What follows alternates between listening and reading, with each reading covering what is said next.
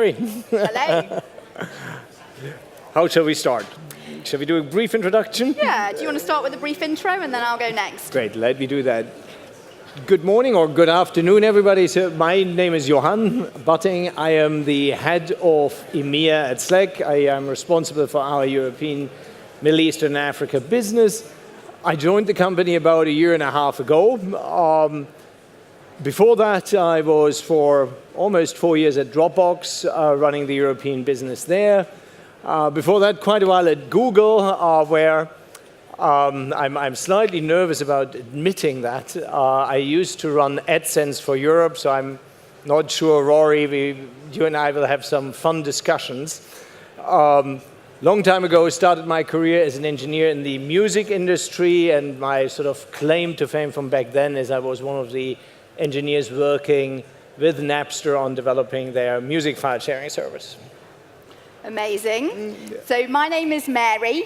I am the Director of European Transactions for WeWork, the community platform. My particular role is focused on our co-working spaces, so ensuring that we do all our deals throughout Europe to enable us to have the many co-working spaces that we now have. Prior to that, I was a real estate lawyer in the city for more years than I care to remember, so I won't dwell on that.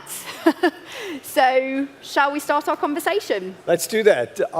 So Mary, why do you think should companies pay more attention to the value that they create with their office spaces? So I think there's two bits to that question. First of all, what's driving the use of the spaces, both now and in the future? And secondly, is it just about the spaces? So the two parts of the question are pretty much interlinked. And the feedback we get from our members, and for those of you who don't know WeWork, our members are those who occupy our spaces, our co-working spaces, is that they are under more and more pressure and have more and more of a desire to not just be about the space. It's actually about the community and the collaboration that the space can reinforce. So we pay a lot of attention and put a lot of thought into the design of our spaces. How can we foster community and collaboration? And picking up on the fact it's not just about the space, we're very much about our events and our meetups as well. So we use technology to encourage our members to get together and to meet up at events. But we also make sure that the way we design our space means that our members are, by default, talking to each other all the time, collaborating about ideas. And you know, it's really interesting for me, having been at WeWork now for 3 years, to see how that whole idea has really taken off. So when I started, the people who occupied our spaces were very much smaller companies, single entrepreneurs. Over the last year and a half, we've really seen the growth of what we describe as our enterprise community. So those international companies that have 1,000 members or more. And it's so interesting, the feedback that we get from our enterprise members is really that they are so keen on the collaboration and the community that WeWork brings to their employees. And it helps them to recruit and retain the best employees in what is a pretty competitive work market. Mm-hmm. Yep, I would totally agree. So Johann, from your perspective, what do you think are the biggest barriers to productivity in the workplace, and how do you think this will change? Yeah, I think the first thing that is really important is that we sort of make it clear to ourselves how important collaboration actually is, because I think that it's a slightly soft value, it's hard to measure, so I think people sometimes overlook the importance. And maybe like to illustrate that, I tell a super quick story. So we recently had our CEO, Stuart Butterfield, who is a very, very impressive person in Europe. And so Stuart and I, after a busy day, went out for dinner, and we had this conversation. We thought, hey, how can we make sure that the company gets even better? And we had a long discussion, and then so as we were sort of approaching dessert, Stuart just sort of looks up to me and says, Johann, you know what? It all doesn't matter. Yeah, we can hire yet another genius engineer. We can come up with so and so many extra brilliant features, a new pricing plan, whatever. that's all unimportant compared to how well we collaborate as a team. And the real, what is going to determine the future of our company and the success is how well we work together. And I think another example, and it's an example which slightly pains me as people may still detect my German accent, is soccer. If you look at the recent Soccer World Championships, you can have a team of individual superstars, but what you really need is a superstar team. So I think the first fundamental thing is collaboration is super, super important. What are the barriers? Yeah, I think just let me enumerate a few. So the first one is transparency. There's a lot of lack of transparency. If one part of the business doesn't know what the other part of the business does, you'll be ineffective. Trust. How often is a lack of trust the main impediment in the organization? And then all these things happen. You just sort of start doing silly things. You spend more time on political maneuvers than solving problems, etc. So it's a second big issue. Alignment. One organization goes this, part of the organization goes this way, the other goes that way. And finally, organizational rigidity. So you have a brilliant idea and you would love to talk to the boss about this, but the boss is the boss and there are 3 or 4 hierarchy levels in between, so you don't talk to them and the brilliant idea is lost. Or you have to work with somebody in another department, but they're far away, you don't get the cross-functional work done. And I think that are some of the main barriers. We at Slack, we try hard with our product to overcome those. I don't know, let me perhaps quickly ask, who of you knows Slack? Can I just ask for a sort of raise of hands? So that's great, that's almost everybody. Who is working daily with Slack? Wow, that's still an exciting number. And so you all know about channels. And what is the secret of channels? The secret of channels simply is that they are transparent. Everybody can join them. Everybody can see what's going on. That's how you create transparency, trust, and alignment. Everybody can set up a channel. That means if you have a project where you want to work cross-functionally, you can go and invite somebody from finance, from engineering, from, human resource, and you get that cut across the organizational boundary. Yeah, and finally, it's light. It has a light user interface. It has a messaging-based architecture. It has emojis. And that makes it really much easier to work together. Yeah, it's interesting actually because for us at WeWork, we're very much operating on a global basis and we're using Slack all the time. Somebody told me yesterday we send over 300,000 messages a day on Slack. Yeah. And I think for global companies, fast-growing companies, so even within the European and the London team, we're out and about all the time. It's a super quick way for us to communicate.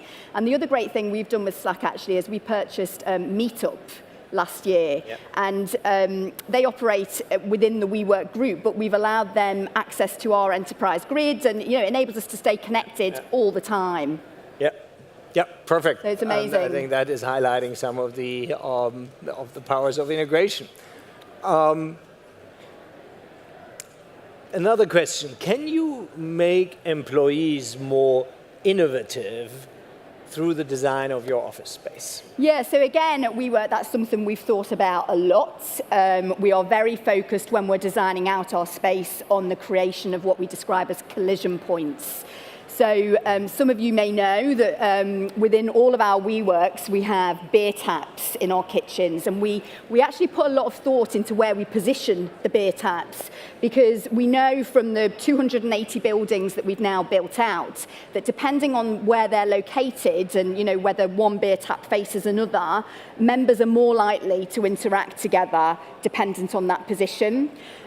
We also make great use of interconnecting communication staircases between floors. So even where they're not, a necessity, we'll often put in a staircase because our feedback from all our buildings is that people, when they're passing on those communication staircases, will often stop for a chat.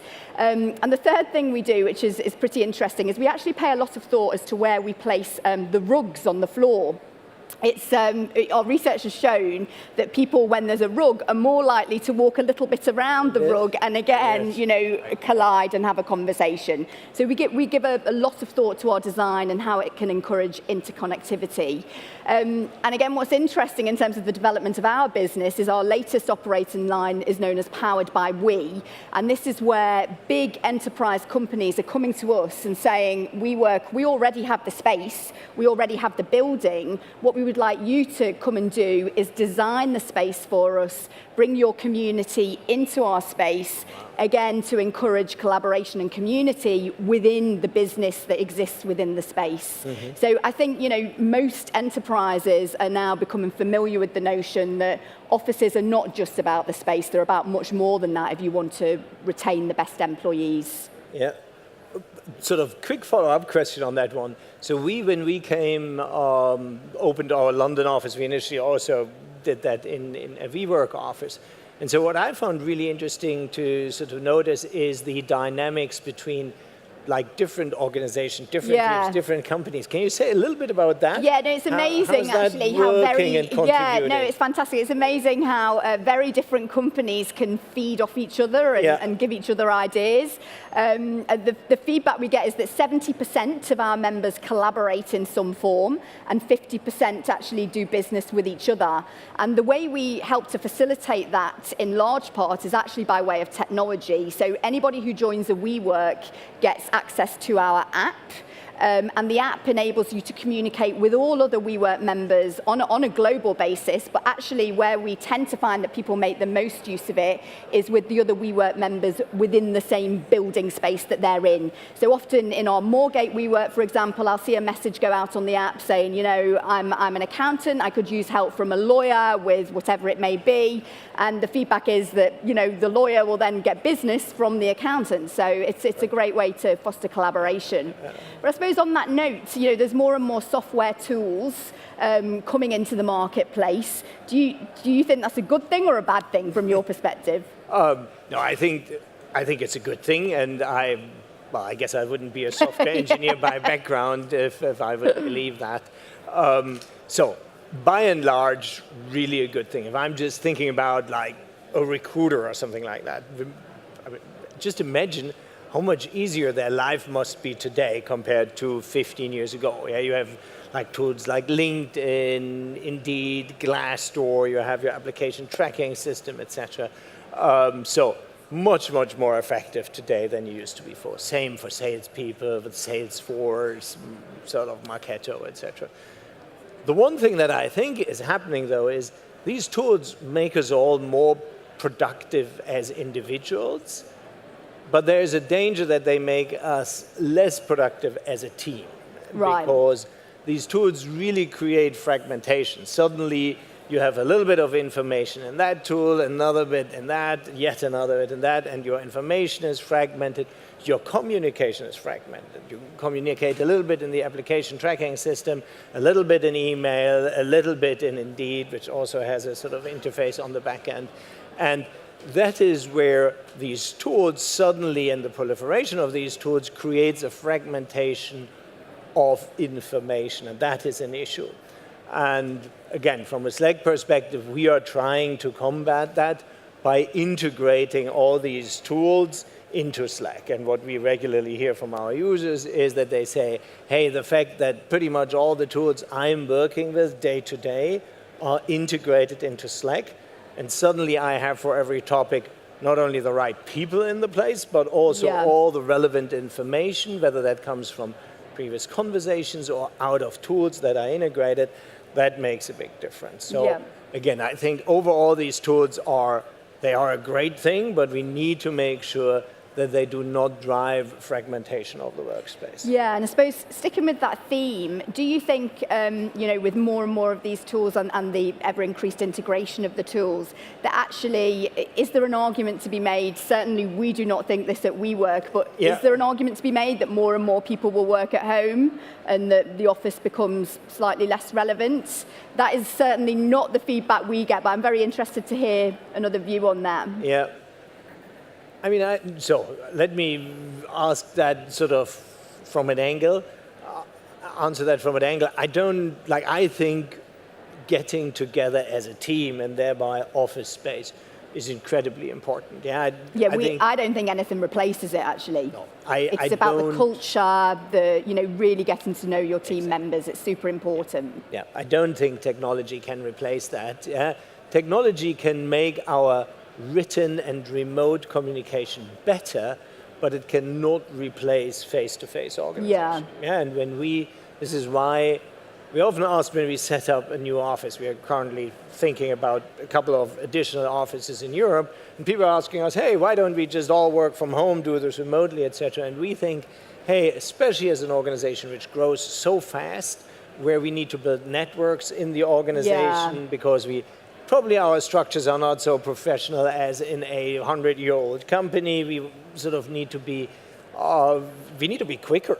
Yeah. And that means we need these informal networks. We need the people to get to know each other in person. That's it. You need to know each other pretty well in order to operate quickly. Yeah, and I think with a fast-growing company, that's so important. And culture is the other important piece, right? Yeah. You only really manage to create culture when you are together, at least at times, in the same place and you have the time. Yeah. It's interesting, actually. One of our members was telling me a story. They grew from being a 2-member company to a 30-member company within a period of 3 months. And that was obviously a huge cultural change for the people who'd set up that company. So one of the things they did was take their recently grown company to our WeWork summer camp, because they thought it was so important that everybody, spend time together for a couple of days in a relatively informal environment, so that they could really get, have face time together and properly know each other, so that they continue to grow the company efficiently. So I think definitely nothing beats, face time. So the real question then probably is, how do tools and an office space work together most effectively? What are your thoughts on that? That's really interesting. Well, I've already mentioned how often we're using Slack. The other tool that we use all the time is our app. So we use that to make sure that we're making efficient use of, for example, meeting rooms. So, the app means that our meeting rooms are used in the way that they should be. They're not sitting there empty for days at a time. And we've used experience from previous WeWorks to know which meeting rooms will be most used, which are less well used, and how we can more effectively build out that space. The other tool we use a lot, actually, in our design and build is information technology modeling. So this is where our engineers and our architects go into the spaces we're thinking of taking leases of. They will digitally scan the space. That enables them to make sure that we are aware of any glitches in the space. So therefore, when we come to fit out the space, we do it super efficiently. There's no kind of delays on the build out, and it means we can continue to grow our community at speed. Yeah, brilliant. Great. Amazing. Well, listen, thank you so much. Thank you. Thanks to the audience. Thanks a lot.